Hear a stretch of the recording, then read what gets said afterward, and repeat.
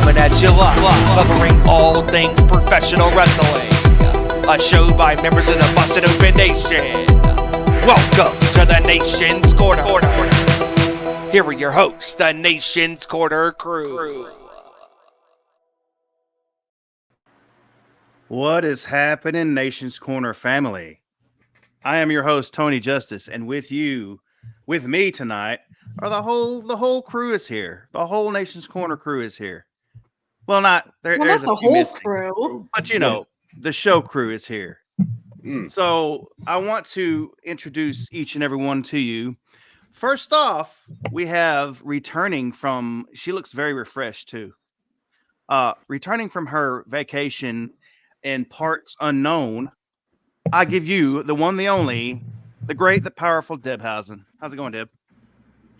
it's going great. Yeah, I had the last 2 weeks off. I was on vacation, not exactly parts unknown. I was in Ocean City, Maryland. Well, I'm gonna let you. She was getting sand in places that you normally don't get sand in. Well, that's not true. I wanted her to be the one to say that, not me. Yeah, it was a great vacation, and now I'm back to reality. But glad to be back on the show, and it is Earth, Wind, and Fire Day. So happy Earth, Wind, and Fire Day! To y'all. It's also Batman Day too. First night of September. It's also Batman Day too. So I don't know what that means. Don't let mute yourself. Mute yourself now with that. Right, just play here. Wait, let me fix this for a second. I'm pretty sure in the other room, Seth is popping right now. How dare you? How dare you? I should make something happen to your video right now, but I won't. How dare you? Speaking of, we have the room enforcer here. John in South Jersey. What's going on, Johnny boy? Yeah, who wants to know? No. What is up, Tony and everyone? Yeah, lovely to see you back here in my little box window on the show. It looks like you had a wonderful vacation. I hope it was. And I don't know what we're going to talk about. I mean, we sit here every week and what are we going to talk about? I mean, I don't know if there's anything going on in wrestling right now that we could really talk about. We'll get to that, but we have two more that are patiently waiting for their intros, and I don't have the entrance music, but I mean, here we go, coming down the aisle with the curly hair, the Mets fan himself. He comes from the land of Mongrovia, the one, the only Mongrovian Mike. How's it going, brother? What's up, everybody? How's it going? It's going good. Just going chilling good. out, man. And coming in with a sneak attack from the back to the front, and you Metallica fans know what I'm talking about. We have Front Row joining us. What's up, Front Row? Hey, what's up? It's weird sitting in the back seat. Y'all driving Everybody. Yeah, and totally random and totally not planned. Totally not planned. Front Row and I are tag team partners tonight. Yes, yeah. That's true. I literally. What the one question out there is, everyone wants to know: can they coexist? Right. You'll have to watch to the end of the show to find out. Well, are you guys gonna go meet in the middle of some podunk stadium? Georgia Tech is not a podunk stadium. Well, you guys would meet in the middle of a podunk stadium. We might. You two meeting in the middle of Georgia Tech. If by stadium you mean a Wawa, then yeah. Yes. I don't know. Watch out for those Wawa parking lots. That's that's almost as dangerous as the NXT parking lot. Yeah, exactly. And watch out for some of those Wawa patrons too. Make sure they're not. Only when you visit us, Tony. We only bring out the special local flavor when you come visit. Other than that, we don't see them.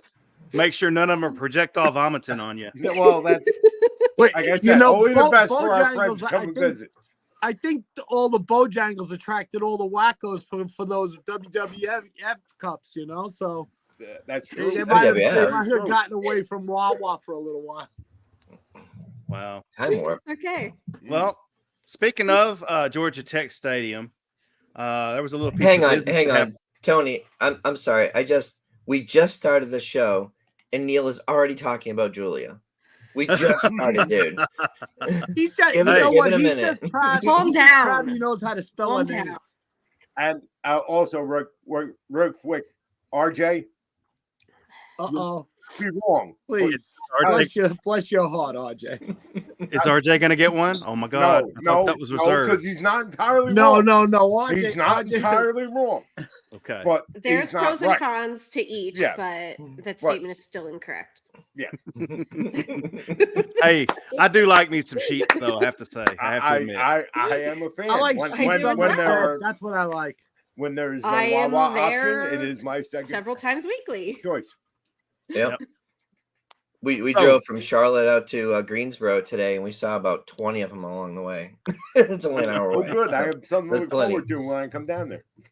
I have I both know the you're gonna Wawa find and the Wawa. sheets pretty much within 5 minutes from me. So Gimmick infringement, Sorry. sir. RJ, that's gimmick infringement, sir. Tony, we've interrupted you like 6 times, and the show's Right. almost All over good. now. Yeah. It's all good. Okay, so that's it. We're Hey, out. Okay, hey, hit the button. This you never know where this show is going to go with all of us on screen. yeah, We're in for a ride, so let's just buckle up and hang on. Speaking hold of on Georgia to Tech, your butts. hold on to your butts. Georgia Tech last night. There was a little piece of business last night on SmackDown with Roman Reigns and one Cody Rhodes in the middle of Georgia Tech Yellow Jacket Stadium. That was so put together. I mean, it from the visuals of the entourage coming with Roman to the slow walk to the middle of the field for both Roman and Cody. Cody showing up in that 5-0. And then the music. The music is what hooked me to make that promo last night dramatic. It was dramatic, and the music added so much to it, playing behind them talking. Deb, I'll start with you. What did you think about last night's segment? Oh my gosh. Well, I rewatched it about an hour ago. So I could have it fresh in my head. First of all, I wanted to mention I posted this on Twitter earlier. I actually listened to the Busted Open podcast to get like the little quick shortened version. And Mark and Denise spent a few minutes talking about the cinematic elements in that and so many things that we've seen in WWE recently. And they were talking about how these should be included in the Emmys, which I wholeheartedly agree, and that's been kind of a discussion for a while. But yeah, it was incredible. Like you said, the visuals of them both arriving at the field, walking to the field. I can't even describe how just well directed it was. Like the cinematographer, it was definitely movie quality visuals. And I thought the story that they told in that little video as well was really incredible. That Roman has nothing to lose. He lost everything. And then Cody's standing there telling him, you lost everything. They took Jimmy. They took your wise man. And then he went ahead and, made sure to remind him that championship is not your championship anymore. It is mine. You're not taking back what's yours because it's not yours to take. Right. And I'm sure everyone else agrees with this as well. That last line was just yes. Chef's kiss. Yes. Chef's kiss. Front row. Well, I don't know if you saw it or not, but what were your thoughts? Yeah, so I just want to address something that's going on in the chat. That was not an EV Mustang. That was a 5-liter Mustang GT, 8-cylinder. Sorry, dude. Yeah. Okay, Cody. Thank you, because I was just gonna rag on Cody about if that was true, but I don't know this stuff. I saw a nice car pull in. Yeah, the I would EV defer to Mustangs Front have a Row and different. John with the car stuff. Yeah, the but, EV Mustangs have a different body style, and No, it said all 5.0 together. on the side. It was a Yes. GT. yeah, Anyway. they paint I'm lame on the side of the Debhausen Mustang. I'm all for EVs, just not a Mustang EV. Give Yeah, it a no, Yeah. there's certain cars like a Corvette or a Mustang. I mean, under protest, I'm with these big trucks. Like a Dodge Ram has to be blown black smoke in the effing air if it's opening up. Am I right, John, or am I wrong? Yes. No, Thank I you. agree. I agree 100%. Plus, I want to hear the damn car coming. If they're going 90 miles an hour down the road, if it's an EV, I don't even hear the damn thing. I don't trust their stupid onboard shit. I trust me hearing a car coming. Oh, there's a car coming. What am I going to hear? Whoosh. So Like trying to cross the street with in front of the bullet train or something. Go ahead. I'm done. okay. There's 5 people here. I'm not going to hog the time. To Deb's point, it was cinematic. Like the overhead shot, it felt very much like the beginning of an action film. Mm-hmm. It was interesting to me because Tony, we've been at the GPB studios for NWA tapings and seen like the AEW billboards. We've seen sort of like a lot of wrestling in Atlanta. So to have Cody talk about, okay, this might be your field, but my father, spilled blood here and here and here and at the Omni and all these different places. Yeah. You've been there, like you feel it. It is a wrestling city, right? And so much rich history there. It was very interesting to me to see Roman acquiesce and then sort of try to go first with Cody. Cody gives him the space to move forward, but not right away. He didn't back up right away. There was a moment there where Cody had to make a decision whether is this going to be a problem this early on, or do I just back up and like, let's work together? And you could see that decision making happening in real time, I thought. Right. Yeah. Yeah.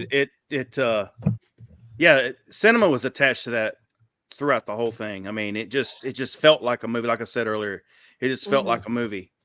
And we've seen many beginnings of movies like just say Ocean's 11 or something like Fast and the Furious or something like that. The way the camera moves and shows a wide shot of someone standing in a Any big action movie, really. right. Yeah. Right. Expendables. I've seen many of them that just start out like that or have that shot in there. And that was just a nice touch to add to the drama that Roman and Cody already have.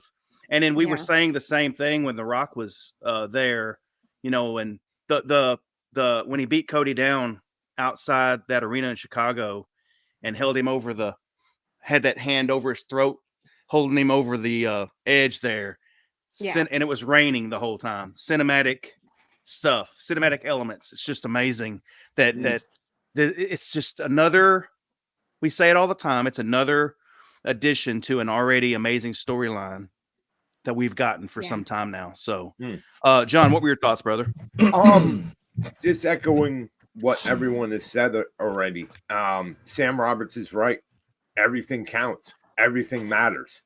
And this is we're used to seeing a backstage promo or even a promo in the ring, but this was something completely it was cinematic. It was outside of the ring, outside of the arena, not in a first person type of thing. This was all, and you were immediately taking in and you were focused on those two for the 7-10 minutes that they were speaking, and nothing else really seemed to matter. It was during SmackDown, which was live, and you totally forgot that you were watching SmackDown, that they were going back to live wrestling after this was over. I wanted to, see a commercial and then Act 2.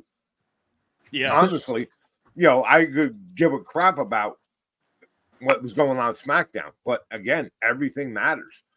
And here is now, you didn't see Cody until, other than the promo, you didn't see Cody till the very end of SmackDown. You didn't see Roman at all on SmackDown.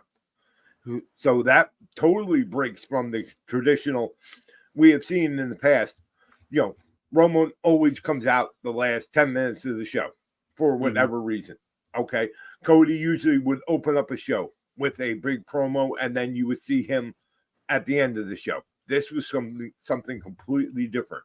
Yep. And just another layer to this ongoing story, because they pointed out a lot of things. Roman is, without a country right now. He is. He has no safe harbor.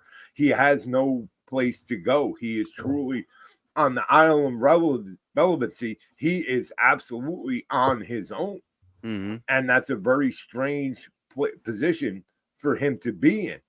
And that besides whatever he has going with Cody, he has that turmoil and struggle to deal with as well. So, people saying all the time, "Oh, what inning are we in?" Who cares at this point? Right. Who absolutely cares? Yeah. Brooke agrees. She really likes the different setting promo. Yeah, I agree with that as well. We're so used to seeing promos, that are filmed backstage somewhere, somewhere throughout the arena or, near it. I don't really remember an instance recently anyway that's like this, where it's filmed in a totally different location, has nothing to do with where the show is taking place that night. Right. The only ones that come to mind is like the Darby and Sting stuff. They did an amazing job with some of the offsites that they did. Yeah. So good. Oh yeah, that was great too. Yeah. I mean, let's not forget AEW's had some moments too where they've dipped their toe into the cinematic, and that's one example. Yeah, they've done some really, really good cinematic promos. Right. So, Mongrovian, what's your take on it, brother? Well, it's fresh in my mind too. Since I just watched it before the show, and we were talking before the show. I brought up, I said it was a good thing that it was wonderful cinematic. I agree with all that, but it was also great that it was in front of that live audience who might have or might not have hijacked it. And when you got these two guys, they're not yelling at each other. They're negotiating with each other. They don't need to have to pause and wait for the audience to shut up or just in case there's an idiot that starts the what chant, which is like, whatever. But and it was just very dramatic. And the last line was what got me really good was, Roman said, "I'm coming back for what's mine," or whatever he said. And then Cody just steps in front of him and Roman just says, "You're in my way." And then Cody steps out of the way and he goes, "You're in my way in life," and then walks away. That was, that was such a great line. Of course, I didn't say it as dramatic, but that was almost verbatim. Yeah. Yeah. That was such a great line. It was. Well, perfect way to end it, too.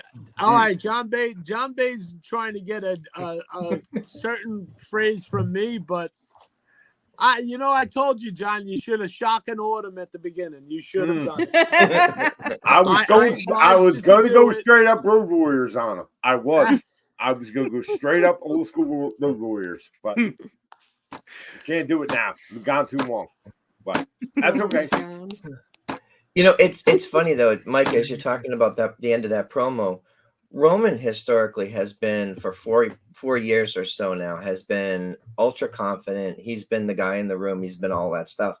And like Cody said, like, you have nothing left. And there was a moment where Roman was like, "No, I'm still Roman Reigns." And Cody's like, you used to be Roman Reigns.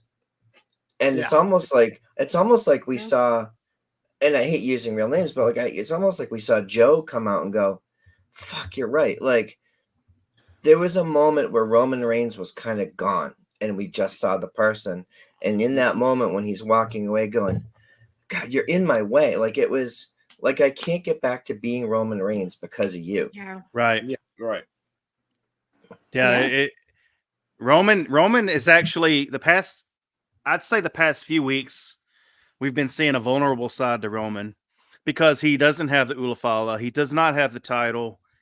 He's not the, he's lost. Yes.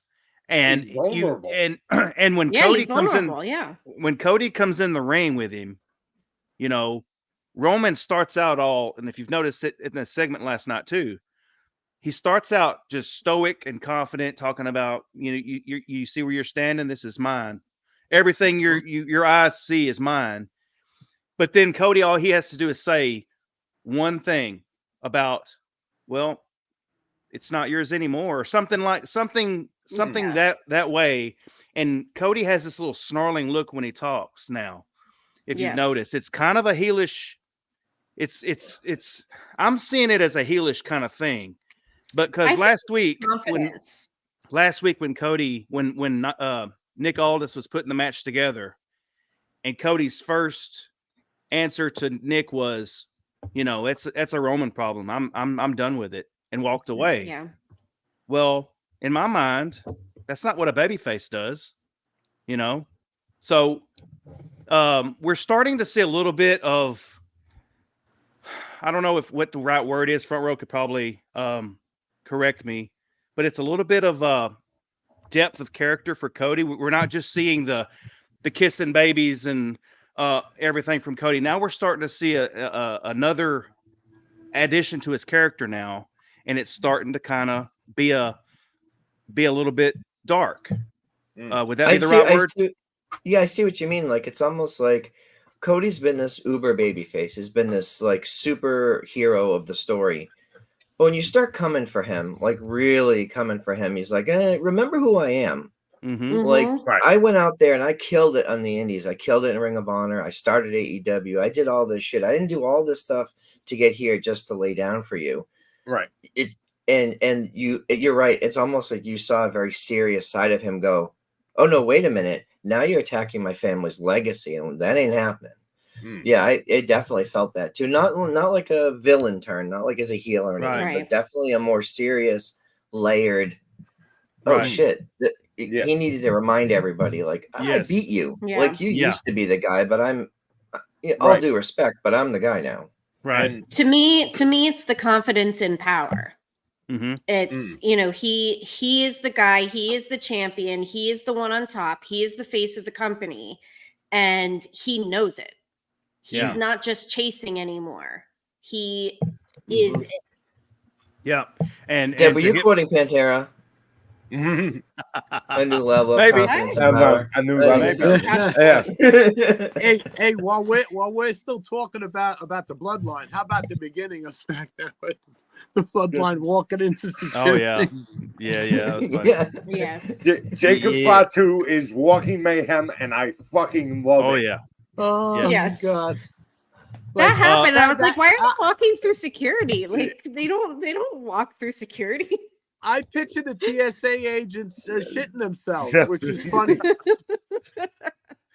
To hit back to my other point I was trying to make about Roman, Cody's been showing a darker side, but Roman's showing a more vulnerable side. And what's very telling about it is when Cody says something to Roman, kind of gets back with him. Roman, he's got this thing where he just moves his jaw, and he's like adjusting his face, and he does that a lot now, and I absolutely love it. It's an obvious he's shook, it's obvious. I think he's grinding his teeth. It's almost like he's grinding his teeth, maybe. That's what I would think. And I think it's something he picked up along the way. Like we now have gotten the chance to see Roman Reigns as he's progressed throughout his career and he's really like rounded out his character. Mm-hmm. And that's definitely like a character tick that he's picked up along the way. Yeah. And I'm sure being with Paul Heyman for as long as he's had, Paul has brought that out of him too, because I seem to remember he wasn't doing that before Paul Heyman got with him. Right. So Paul Heyman, wise as he may be, he's bringing out just things in Roman, and he's made Roman the Roman that we wanted to see this whole time. When Vince was shoving him down our throats, well, we knew that wasn't the version of Roman we wanted. Now we have the version of Roman that we want, and the crowds are showing it. They want him. Yeah. Yes. So yeah. Yeah. One other point I want to make before we move on to another topic. I think Roman and Cody are both two of the best examples right now of why it takes like a certain number of years of experience to really like get really good at it. Do you know what I mean? Yeah. Like we hear them talk about it on Busted Open all the time. And a lot of veterans say it, you know, you don't really get it until you're like so many years into it. And I think these two guys are the perfect example of that. Like we've seen throughout their career, both of them, you know, kind of struggle with characters and struggle with, you know, finding who they are and what they're really good at and all that kind of stuff. And right now we're seeing the very best version of them. Right. Right. So yeah, Just I mean, one more layer, just real quick. If you look at this from the perspective of what is the effect of these two guys teaming up, right? So you've got two mortal enemies, whatever, but Roman has a code. Like he's not completely without some sort of structure to his personality. This is going to piss off Kevin Owens. It's going to piss off pretty much everybody that Roman's ever wronged. Like, why are you siding with this guy? The Rock is definitely not going to be happy about it. So it's going to have the storyline effects that it can have outside of this match. I think are really interesting. The way it bothered everybody with main event Jey Uso, you know, it should bother them like 10 times more now because Roman is the one that was sending out all the orders, you know, all the orders. Hey, you know, before we switch on to another topic and as we leave this topic, I just want you guys all to raise your glasses. Oh, hold on. I'm getting a refill. Get your refill. I don't have my glass at the moment. I just handed it over for a refill. You're like Thor trying to get his hammer, trying to get He does. Look at them, more water. Hold on. Be quicker, off-screen person. Give him a bottle. Magical refill. I just want to wish two of the Corner Crew's main people happy birthday, which is coming tomorrow. They share a birthday. They're birthday twins. Front row right here, and our very own RA, Dead Ahead RA. I just want to wish you guys happy birthday and many more to come. These are two cornerstones of our Nation Corner Crew, and we appreciate everything you guys do for us, man. Cheers, brothers. Appreciate that. Cheers. Yes, cheers. I guess a cold coffee, but it's still a cheers. Yeah. Happy birthday, RA. And Tatiana Maslany, who is our celebrity birthday. Oh, there you go. Love her North. Okay. Appreciate that. So I'd like to switch to AEW for a second. Well, it could go AEW and WWE because Busted Open encompasses all. And something that me and Deb talked about a few days ago, we talked about it on the phone. We were, you know, I brought it up. Sometimes the hosts on the show, Dave, you know, Bully does it a lot. But they'll bring up something about WWE or AEW. They'll give a critique about it. And then maybe that same evening, as soon as that same evening of the show or the next week, it's like there's a running gag, you know, they listen, right?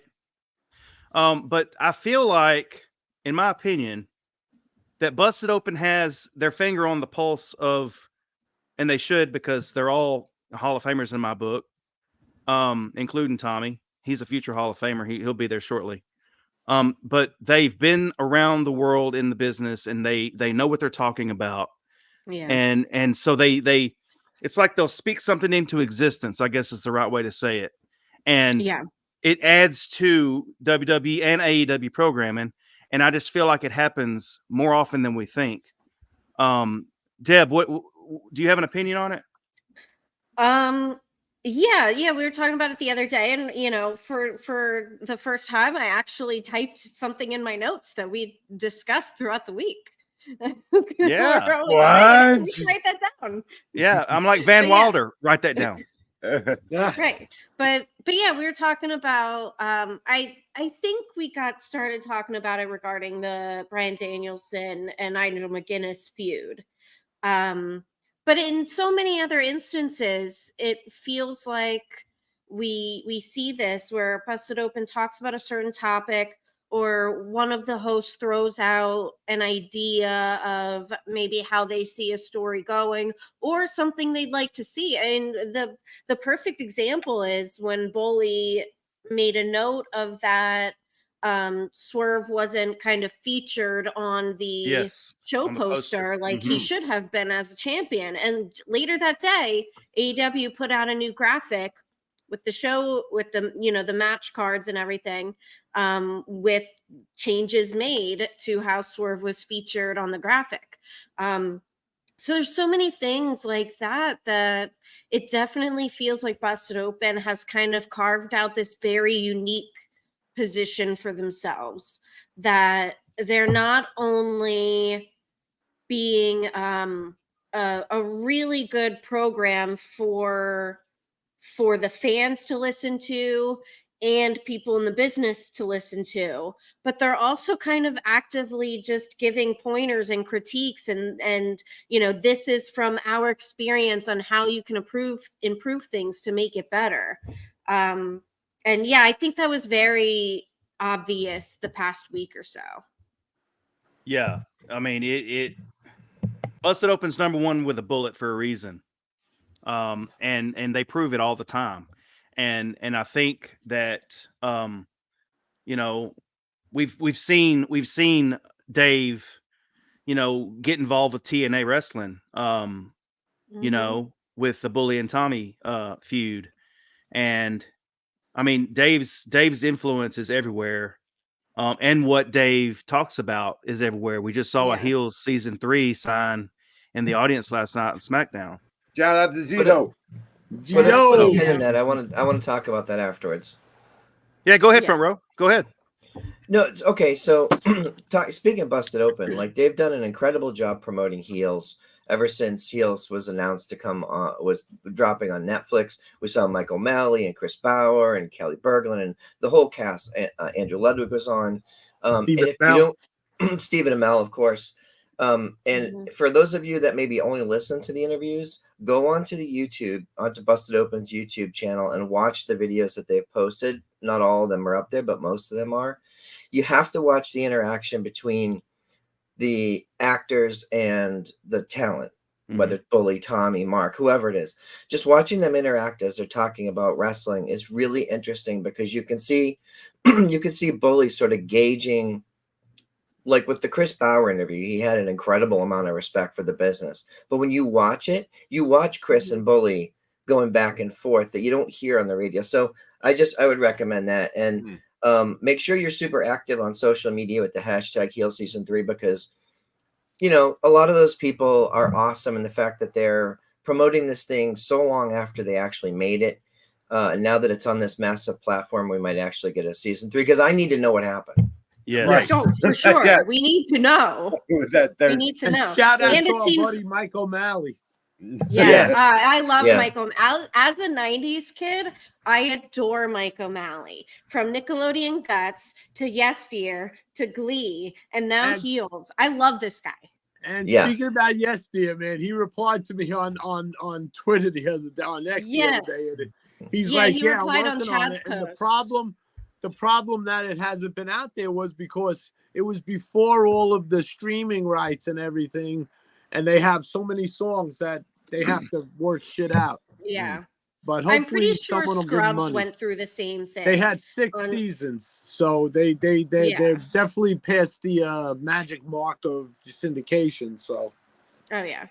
Yeah, I think Scrubs had the same issue, that there was some real songs that were featured on episodes of Scrubs, and when they went to streaming they had to make some edits. yeah. Damn it, Paul. Yeah. But still, syndication. Why can't they just be? Like everything is on somewhere. There's so many different Yeah. TV stations out there now. But whatever, he's Yeah, working I on just- it, so that's cool. I'm happy that he's working on it. Yeah, I also want to give a shout out to Mike O'Malley because he went and followed a bunch of us in the Busted Open Nation. He's been super interactive on social media. Really, really good dude. But I just want to talk. So John mentioned the reason that they've covered heels so much is because they weren't able to cover it during the writers' strike. It was a big missed opportunity. I know Dave was feeling like the lack of marketing that they were able to do during that time was one of the causes of them not having a season 3. He wasn't able to have they any couldn't of the promote it. actors on. Yeah. But now, like they talked about with Stephen Amell, like this might be a blessing. Now you're on this massive platform with almost 300 million subscribers, and the algorithm's going to keep pushing it higher and higher. The more of us that are on there, wrestling fans, go push this shit. So do it now. Just another point. Steve, It's just another point to make about the power of Busted Open and David LaGreca. yes, that's the point. That goes back to my previous point. Right there. I Right. mean, it's amazing, man. And from a quarter pound with cheese to Slim Jims to getting wiper blades. My Michelin wiper blades finally wore out. AG1 number one. AG1 number one. yeah. Yeah, and Stephen Amell gets over. Stephen Amell pointed out when he was on Busted Open that Netflix apparently really pays attention to like the thumbs up rating that you can give on Netflix, the double thumbs up especially. And he specifically said, do the double thumbs up if you like it and want to see more. Netflix is really looking at that. And I think this is one of these opportunities for pro wrestling to be visible in something mainstream. This is a mainstream TV show with regular actors, and this is something that shows pro wrestling in a respectable light, and they did their best to pay respect. And sometimes not too much of a respectable light. But and that's part of it too. But like they always say. Yeah, like they always say, this show isn't just for wrestling fans. This is a really good TV show about family and life and just the real drama that happens in everyday life. And so it's not just for wrestling fans. You don't have to be a wrestling fan to watch the show and really get into these characters. Right. And as a horror fan, it's really cool when Ace has the nightmare and his dad comes back and talks to him. Oh, stop it. That's fucking great. And I want to get on the soapbox for a second. The Busted Open Nation, all of us included, and all of you in the live chat, the Busted Open Nation is very powerful. And I think that people are starting to realize how powerful we are because of stuff like this, stuff like heels, Bojangles cups, the Bojangles stuff, the Busted Open 24/7 that's been trending. We get something, we put a hashtag on a tweet, and then it gets trending across all of X. Yes. I mean, we got Busted Open 24/7 trending. We got heels, Save Heels trending. You know what, Tony? I can testify. I can testify as to quote the great Devon Dudley. I testify. I don't live near. I don't have a Bojangles within 8 hours of me, and we got Chad from Albany had his wife buy us some cups, but also I had my boy from Texas freaking mailed me a cup. Yo, here's a cup. The pink robe is out. I had someone message me, hey, you know what? And I wasn't crying about it online about that I need a robe. I got a private message that, hey, you want a robe? I got one and I'm never going to use it. It's yours. I said, you got it, bro. Yeah, I have it. Hey, it was so good that Darby Allin wore it too. How much we collected as a corner crew, we collected over $100 together.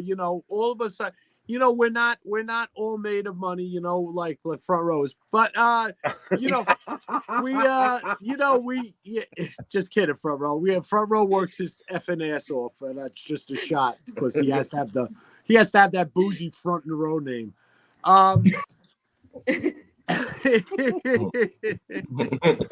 But the thing is we stick together, like like we help each other. Ed Yes. Robinson, our buddy Mitch. We hear someone go through a hard time, or somebody in the nation hears that I had the weight loss surgery, and then they get in touch. They get in touch with me in private messages. Hey, I had weight surgery too, and whatever, or just Deb, you get people hooking up with you too through the through your interests and everything, and front row has it too. Tony. That's the whole reason. That's the whole up reason me until and Deb became recently- friends. Up until recently, Yeah, Tony What, you was literally. click the link? Up until Literally, recently, no, Tony that's was the whole reason why ambassador. me and Tony talked in the first place. Is way Yeah. back, like it was even 2019, I think, or that maybe was the before beginning of Click the Link. 2020. Okay. Before our Yes. group even like became a thing. Like Tony But saw the- that I listened to Busted Open and posted about it on Twitter, and he was like, "Hey, you're a Busted Open fan. That's awesome." Yeah. And And the thing is, I have we're a quick interruption. microcosm I of have a quick interruption. Yeah. John Bay, go fuck yourself. Do not cross that line. You want to get your ass beat? Yeah, Like, get these hands. Don't cross the line. Yeah, Go fuck yourself. Stay yeah. away from my Seth, sister. Seth knows how to use a tire iron. Well, That's a line. true That's a stuff. line we don't cross, sir. That's a line you And deserve. it's That fine. GF He's fine. Dude, Stop. I think that John's was- all that- right. I think that was just John just trying We to- love John. We love John. Trying to earn his Except for GFY John name. doesn't love Yes. John. Oh, Well, there he you earned go. it. Yeah, Yeah, He earned it. You earned it. he's fine. But the That thing was is, not like Tony, over- you that were was an not over the ambassador. line. Like It's you were driving around all our, as they say on Busted Open when they talk about the QPC, the contiguous, all around the contiguous contiguous. U.S. Yes, United yes. States. Yeah, You I was know? driving And- around. I had a LaGreca head in my truck, and I would just drive around. And when I'd park at the truck stop, sometimes I would put it in the windshield of the truck, put the visor down, Oh my god! and Could you imagine the other truckers going to the truck stop, seeing this massive fat This head in giant the head. windshield? David LaGreca's head has been flown in In military an Air aircraft. Force in an Air It Force has. jet over Iraq. Yes. yeah. The head has appeared in numerous shows over the years. Shout out to it's Michael Mites. been with Shout out to Tony Michael Mites. to- Yeah, shout out It's to Michael been with Mike. Tony on to all of the 49 states, all of the whatever 48 contiguous states. Contiguous. Contiguous. Yeah. It's the Yeah. epitome of the Gurkha head show. It's the epitome of our existence. But it's not gratuitous. No, No. not at all. Yeah. But the point I was making Anywho. is that the Busted Open Nation is very strong, and when we all band together, especially over a cause like, Ed Robinson getting well, or saving heels, or Busted Open 24/7, whatever it may be, in my mind, it'll happen because we Yes. are strong and we will make it happen. Yeah. So Yeah. Hey, just announced this past week, our own Uncle Bully is having Busted Open After Dark T-shirts. And yes. you can Yes. have stuff available on I Pod can't Swag. wait to get me one. Absolutely. And they're going to be customizable like the original Busted Open chapter shirts, Nice. Yes. supposedly. So That's Yes. cool. Yeah. So anyway, I'm off my soapbox now. I just wanted to make a comment about the Busted Open Nation and how positive we can be when we put our minds to it, and when we band together, anything can happen. We could probably solve world hunger if we all banded together. Hey, we could. No one Yeah. would listen to us. I ain't but- hungry. If I can add one little bit of advice, if you're gonna call into Busted Open After Dark, maybe be a little more sober, just a little bit. Yeah, Yeah. Man, and try There's not to some really- disrespect my Uncle Bully. Try not to some disrespect drunk- my Uncle Bully. there's some drunk real. motherfuckers I call at night. Oh my yes, God. there are. I mean, Dude, hey, every Wednesday night I listen. I'm like, what are these guys doing? Well, Tommy's getting it it's too. a school night. It's a school night, for Christ's sakes. Yeah. Oh my god. So- please, better callers, call in. Yeah. Come on. Yeah. Yeah. So, So if you're watching this show and you want to call into Busted Open After Dark, here's an idea. Have a point. Point. It makes it Yeah. so Have a much more point. interesting for the listener. Yeah. Get Don't on, sound get like in, a get over, dumbass. get out. So And once again, our friend RJ is here, for the whole show too. Go reffing it up, please. yes, Yes. like and Oh, subscribe, yes. reffing it so up. good. They are freaking awesome. They are awesome. I did listen have to been Reffing It Up they're with hitting on all cylinders. They're hitting on all cylinders, man. They've had They nothing are. but a bunch of. You heard of banger matches? These are banger guests that they have. They have been on fire lately. Sam Roberts was just on. It was On a fantastic point. episode. Mark Henry was on last week. Yes. Yeah. Next is going to be Lance Storm. I saw earlier. Yes, Lance Storm. If I may get serious for a moment, Go ahead, do it. Lance Storm We is going know. to be on, reffing it up next week. Yes. Anyway, next. So, okay, so that's it. I want to That's my Lance Storm transition. impersonation. I know that Dave has hit this like 400 times with a hammer, but I want to get John's perspective on this, and I'm talking about Bryan Danielson and Nigel McGuinness. John has watched Ring of Honor since day one, right? Yeah. So who better than to invest us in this story than you, Johnny Boy? So take it away. Well, I'm going to try to be brief because you're right. Dave has absolutely hammered this into the ground. But to take you back, just to give a context, during that time, and we're talking the early mid 2000s, there was no hotter rivalry, arguably, in wrestling, and certainly then in Ring of Honor than Nigel McGuinness and Bryan Danielson. Bryan Danielson, if you want to see the genesis of Bryan Danielson becoming the American Dragon that led him to NXT, to Nexus, to WWE, and what we're seeing now in AEW, go watch that series of matches. That's where Bryan Danielson basically made his bones. And they had a series of incredible matches that really, if you don't know the history of it, and if you're or a younger fan that has no idea about Ring of Honor per se, this is where I think AEW dropped the ball. This absolutely should be a bigger deal than what it is. It is to me, because again, we have gone through. Nigel McGuinness was forced to retire from wrestling, was never supposed to be able to get back in the ring again. Bryan Danielson was forced to retire from wrestling and never thought we would get him back in the ring again. But now we have it.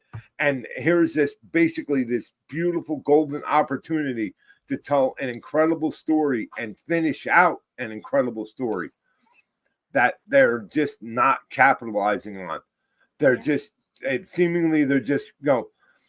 newer fans of AEW just think that, well, why is the commentator wrestling the champion?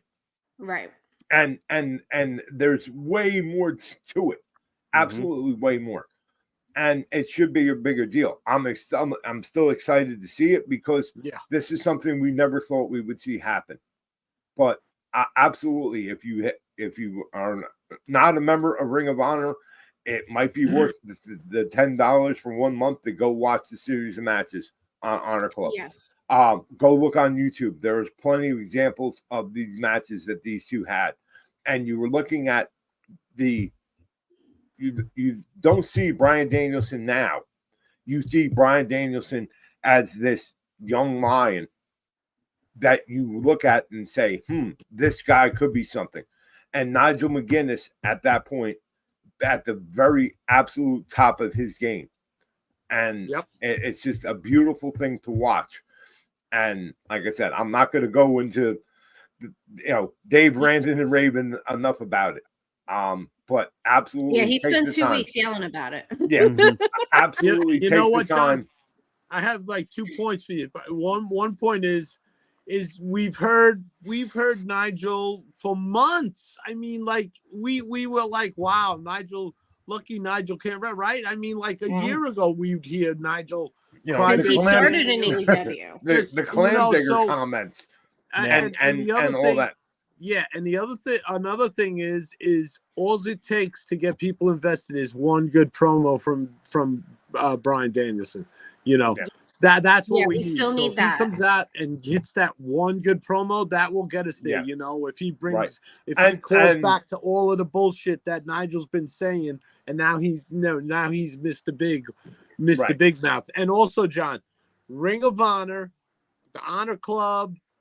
There is 6 hours. I went on there and I was watching a few hours of it. It's 6 hours of Nigel McGuinness is on there, and 6 hours of just Nigel and Bryan Danielson. And I watched it from match 1 on, you know, for a few matches, and boy, it's wild, and I recommend it to everybody. And if you want to Venmo me, $5. I have Front Row's password. Just Venmo. DM me, I'll send you his password. Here, let me put out my QR code because I'm also a subscriber. And so hang on. I'm gonna go ahead, Front Row. Okay, so just real quick, I think this is super interesting. Not because I'm going to say it, because I read it.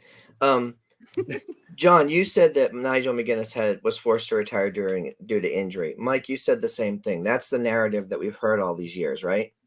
We've heard. I read an interview with Nigel McGuinness this week that said he allowed fans to believe that so that he didn't have to explain his absence, when in reality, he left wrestling because he couldn't make a substantial living at it. He's not been injured this whole time. He's just decided not to wrestle. So it's fascinating to me that this entire storyline for years and years now, so many years, people have had this perception of, well, okay, he just is injured. He can't wrestle. And he's like, I'm fine.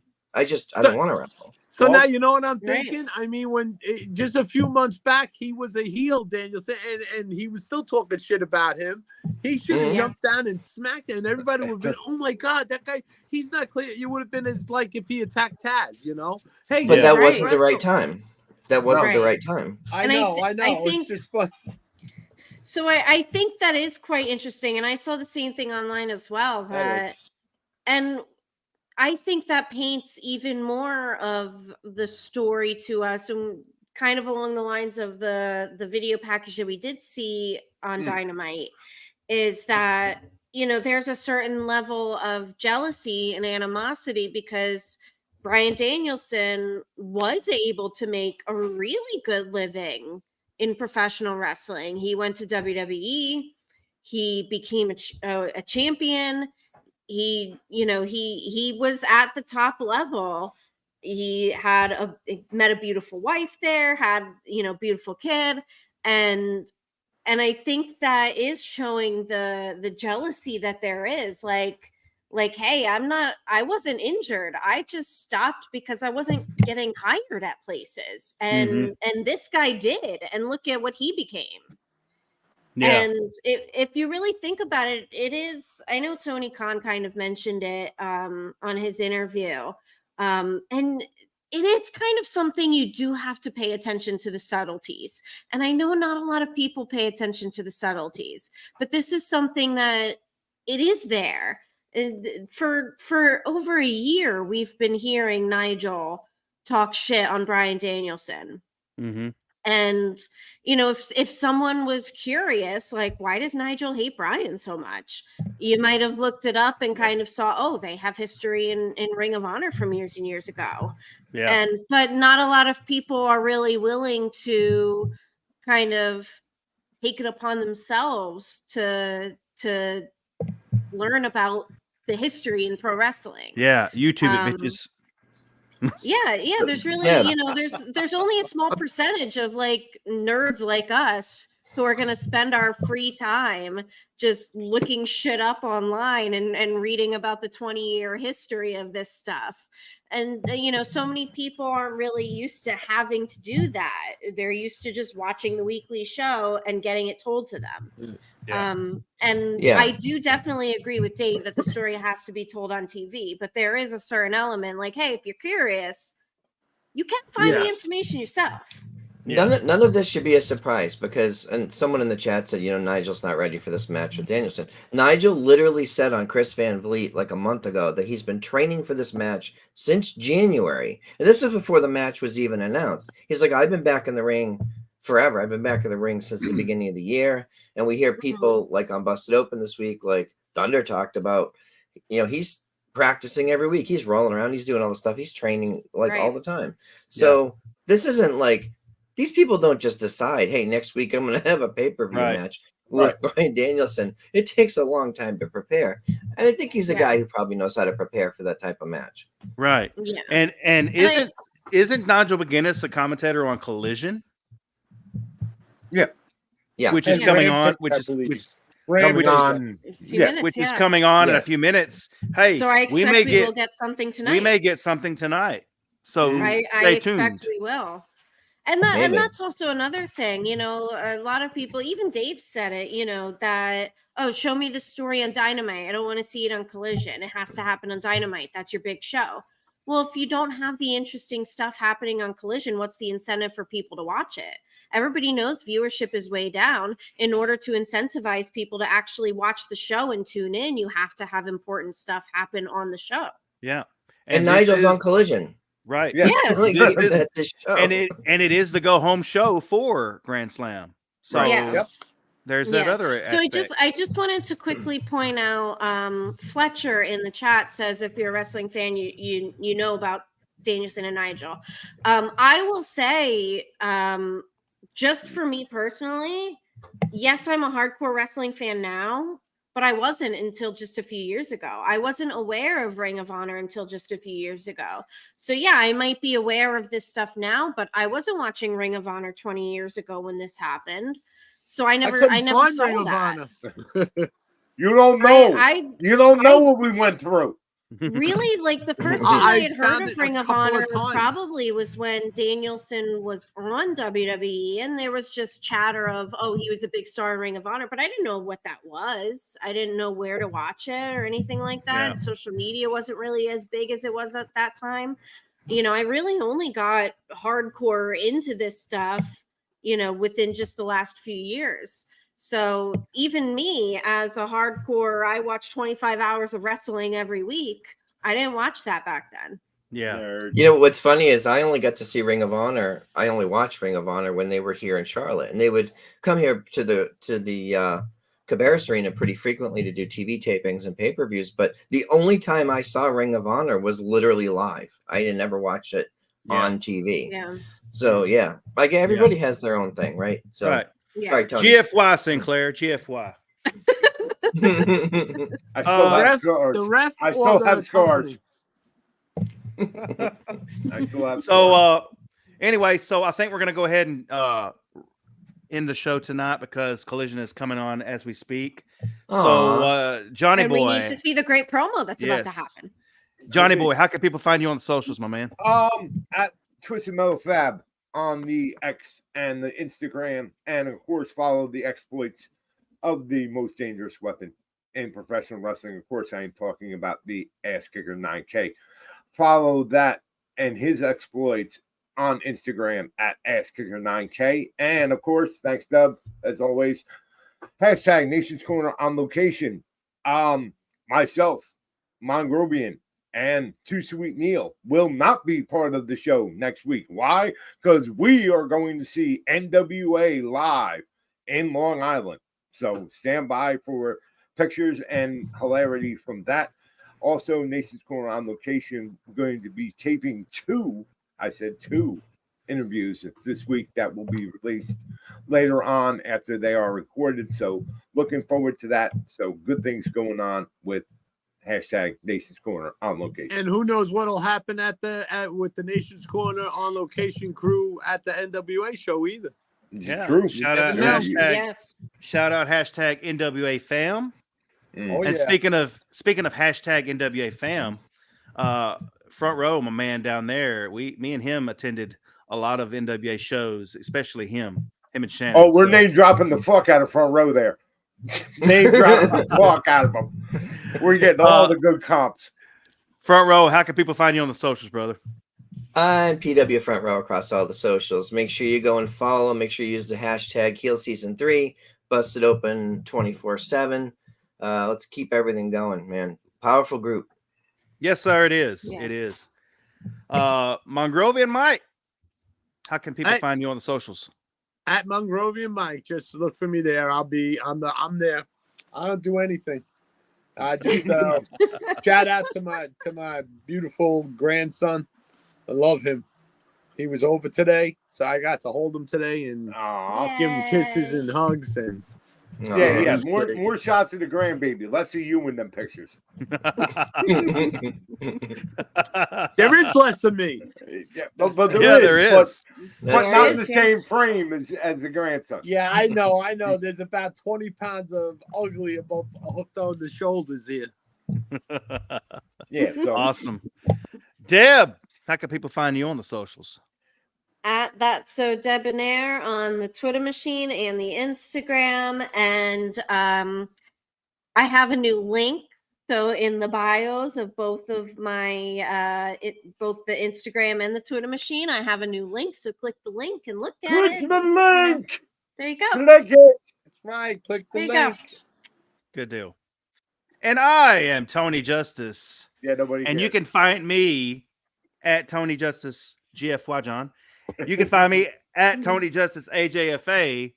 And if you're a Metallica fan, you're excited about the second leg of the 72 Seasons tour coming up with Metallica and Pantera and Suicidal Tendencies, which I'm going to try to go to in Houston next year. But if you're a Metallica fan like all of us are, you know what that means. Ooh. Yeah. And we will catch you all on the flip.